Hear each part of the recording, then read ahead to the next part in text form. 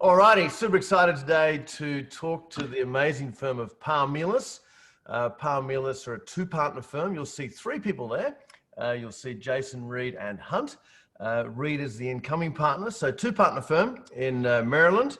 And we started working together 2 years ago, July 2018. First of all, Reed and or Jason, what was the impetus of wanting to get started with me, first of all? I think I was the one that responded to your email, and I think it was just a feeling of we were doing a lot of things correctly and a lot of things right. We were making good money, but I just felt there was something else we could be doing better, but I had no idea what. So I liked your message. And I responded, and it's been nothing but positive results since then.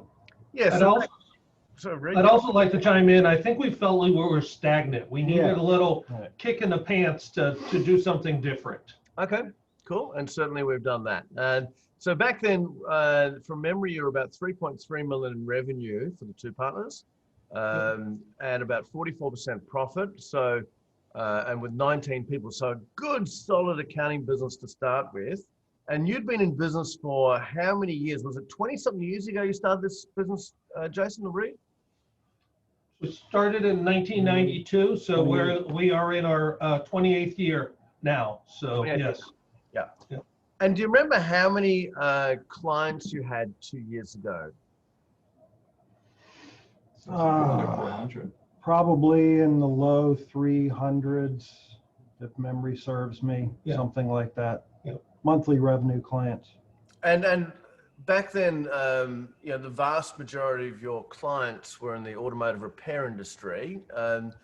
How close to 100% were the body shops for you? I think we're probably about 90%. It was 85 to 90% back then. Yep. Of auto repair shops. Yep. Yeah. And so you already had a niche market. Was it always that way up until I met you? It was pretty much, most of ours was a niche of something automobile related between gas stations, repair shops, and stuff like that. We focused a little bit more, probably 1997. We completely just focused more on repair shops and almost took very few of anything else at that point in time. And then those shops, are they local to you or are they nationwide? Where are they located? Nationwide. Nationwide. Yeah, awesome. Cool. So that's what it was 2 years ago, or 2 and a bit years ago. Fast forward as we look at year one, year two. What did we do at the end of year one working together? What was the revenue then? 2000, so we signed up with you July 18, so 2018 was 3.5, then 2019 was 4.5 million. Yep. And we should hit 5.5 million this year. So we've added 2 million in revenue in 2 years effectively. With the way that we've structured the revenue and the operation of the business, what percentage of the new revenue is profit? About 60%. Yeah, it's still about 60%. Yeah. And today I'm targeting 5.5. The whole business is around that 55 to 62% margin, isn't it? Mm-hmm. Yes. Cool. All right. So we've got plenty of growth. We've got great profitability. What about your time, Reed and Jason? Where are you at on your client delivery time? It's not very high. I don't personally do much client work. Reed does more than I do, but the client work is more so just talking to clients, going over numbers, what have you. It's more or less retention discussions. So we retain them to keep them happy and help them improve their business, a little bit of consulting, but it's mostly, the talks are just fun. I won't lie to you. I just have a ball every time I have a chance to talk to the clients. Yeah. So, and the other time I'm in the office working hard would be sales.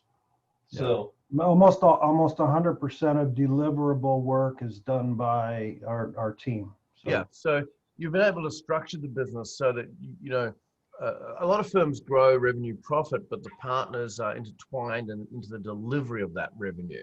And you've definitely not done that.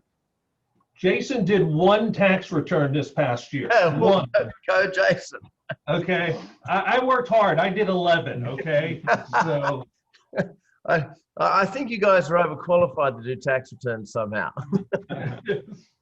All right, let's talk about what you've done. Great story, great result over 2 years. Let's get into some detail. And Hunt, you've been the driving force behind the implementation. What have you done to grow the revenue, grow the profit, restructure the business to reduce partner time? So this thing is just running a machine. What have you done? Hunt, take it away. Yeah, so I think that the biggest thing for us, and we talked to you about this on one of our first calls, is we always knew that we had a niche, but then we were kind of a bit nervous about going with one niche. And you told us, I'm going to tell you this one time, and I'm never going to tell you it again. This is your niche. We're going to go even deeper into it. Don't think about going elsewhere. I think for us, that was the biggest thing that we needed for the business, was just that laser focus of, this is what we're going to do. We're going to be the best at it in this space. And we've just leveraged that. And then, really, I think that the biggest thing that I would say for us is really kind of three pieces. So the first is, let's get paid for stuff that we are already doing. The first meeting that we had with you out in Utah, we weren't going to go. You kind of said, you need to be out here. So I went out there 2 weeks after my daughter was born. And, like you said before, we had a good business coming into this. And some of the things that we went through there just completely opened my eyes. And we came back, and one of the first things we implemented was, all right, let's just get paid for stuff that we're already doing, which was a monstrous increase. The next thing that we did too is we were not good at marketing. We literally did no marketing. We have an enormous reach as it is, and just leveraging that, I mean, the amount of new clients that we have coming in is almost too much. It's kind of one of those things that you hear people talk about a lot. I have more work than I know what to do with. Now we are truly in that position, but it's also allowed us to be in the driver's seat and be a lot more selective on it. If we would have said that when we started with you 2 years ago, that we would essentially have double the clients that we have right now, and all the new clients would be coming in for essentially double the cost of what we were charging before, I just don't think that I would have believed it. And one of the big things that you gave it to us really lastly was to be confident in the value that we're delivering. I think that for a lot of things, we were our own biggest enemy. But you just said, hey, you know what? You guys are good. You guys need to just stick with it and stand behind it and just sell it and deliver it and focus on the things that's really making you money, which is, selling, which is to do the business development. And then, the results have, really just spoken for themselves. So client base today, is it over 600 now, Hunt? Where are we at? So we're at 565 about, but our ultimate goal is to be at 600, and then the ultimate goal from that is to stay at the 600 mark, but to get the average yearly spend up closer to 15,000, which would put us, right around the $10 million mark would be our ultimate goal. Yeah. And the plan, as we go back a couple of years, one of the first things you did was start to measure time under budget. And that was a big one because you're already doing monthly work with clients anyway. But do you remember what the numbers were? Because to me, it was quite significant, if I recall, on what you were able to shave out on time to get more margin and more capacity. What, 2.5 hours? We were about 2 3/4 hours, and for a while it was under 2 hours. It's crept back up a little bit because of our TOA folks that we've hired. But it's still around 2 hours per. So. And that's per client per month of delivery work. Yeah.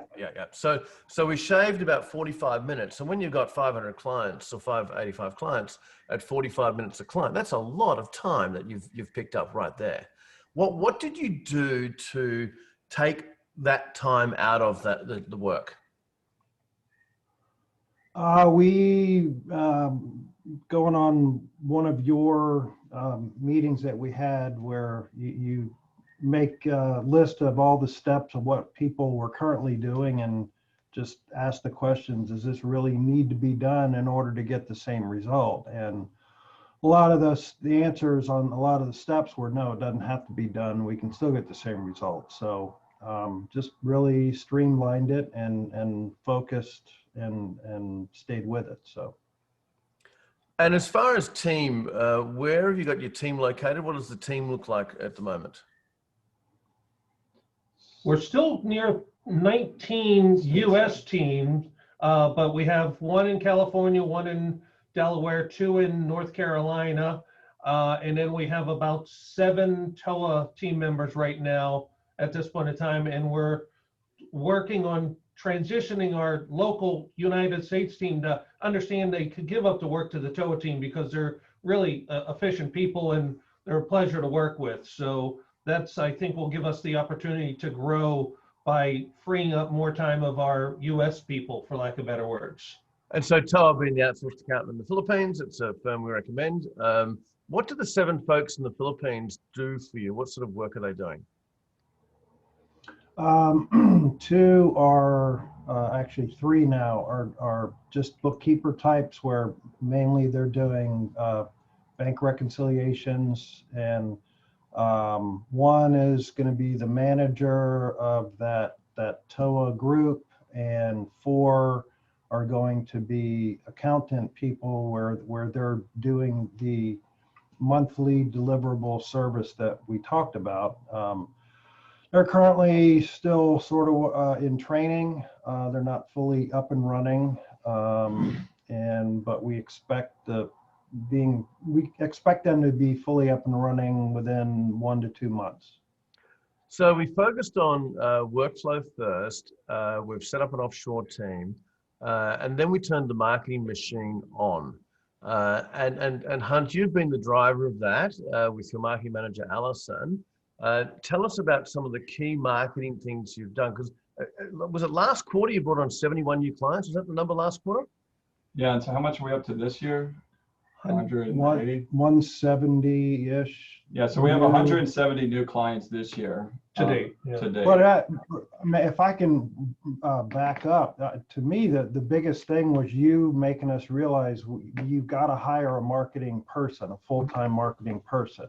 And so we did that, she created the job because we'd never had that. And it's produced phenomenal results because it's like a snowball that keeps growing and growing and growing. So that was the most important thing, I think, the most important step.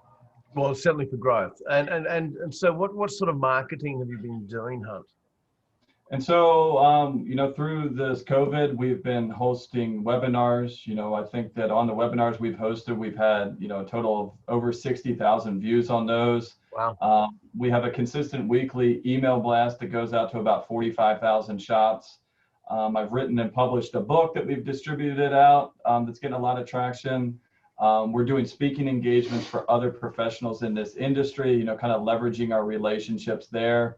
And really, a lot of this stuff, like Jason says, the snowball effect. People start talking and then they start sharing some of our stuff. And, we're truly just looked at as, the industry leaders and the industry professionals that we are. And really, it's been, traction. When we first started doing a lot of this marketing stuff, it was kind of a slow go because it wasn't really picking up. And then, what really compounds on itself. And we've just been seeing the amount of leads and stuff we've been seeing driving through the door right now is crazy. Well, it's awesome. It really is. And, you guys are implementers. You do what you're supposed to do. You don't muck around with it. I'm just looking on another screen at some of your targets from 3 years ago.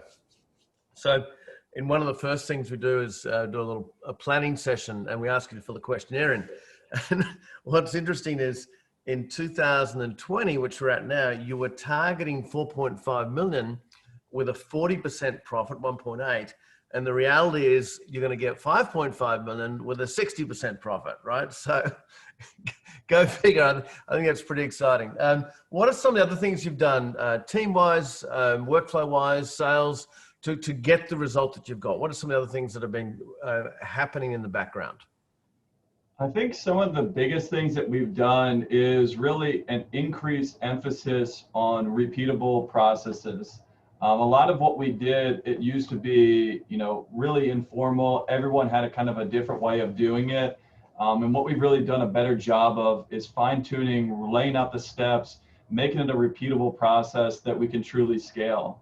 When we were talking about this, just like how it goes to time under budget, we knew one of the biggest things that we wanted to do is grow this business, double or triple it, but we didn't want to double or triple the size of our team.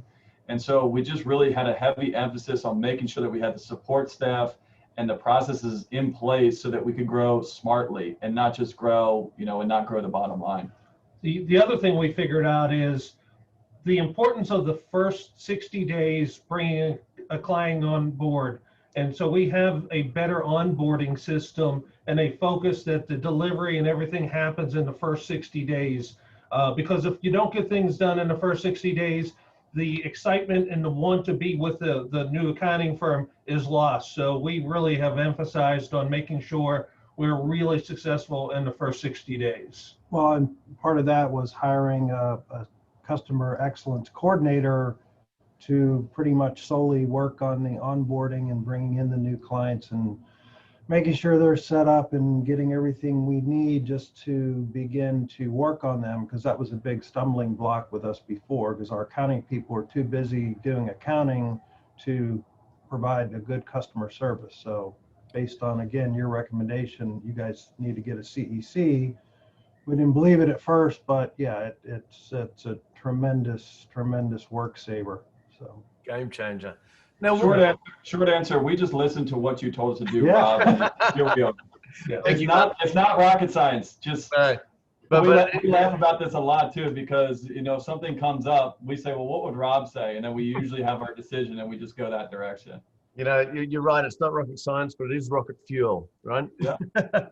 And what are you actually, just as we start to wrap up, what are you doing as far as for these clients? What are you actually providing to them for the body shops?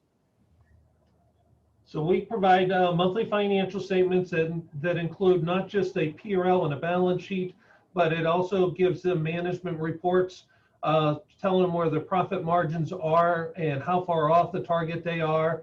We provide a comparison of about their shop against all of our other shops so they can compare it to the industry.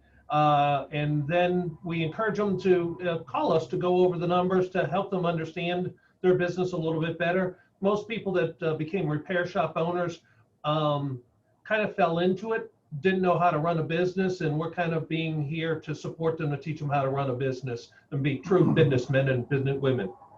So. Well, also we do a good job in tax planning with them, like at least one tax estimate per year, if not 2 or 3, to make sure that they're on course to not have surprises. So that's another big part. Are you doing the actual bookkeeping for them or not?